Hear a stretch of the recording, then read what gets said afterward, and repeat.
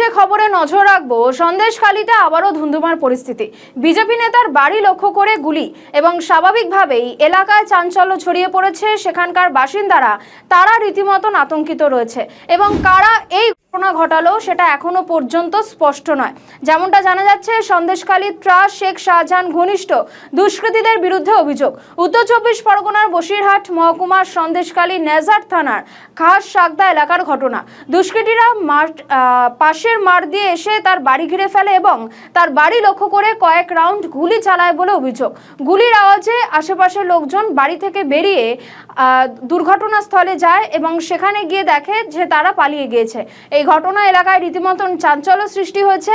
খবর পেয়েই সেখানে পৌঁছয় পুলিশ।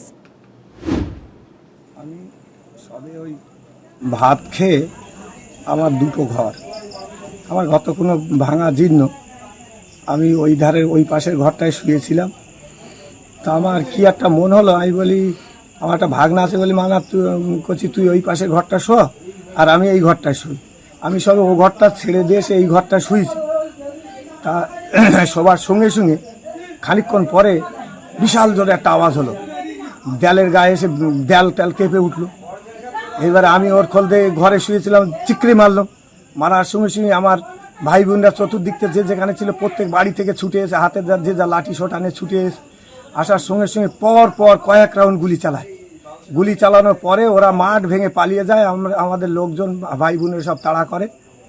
আমি মাননীয় মুখ্যমন্ত্রীর কাছে দুহাত জোরে প্রার্থনা করছি যাতে আমার জীবননাশ না ঘটে।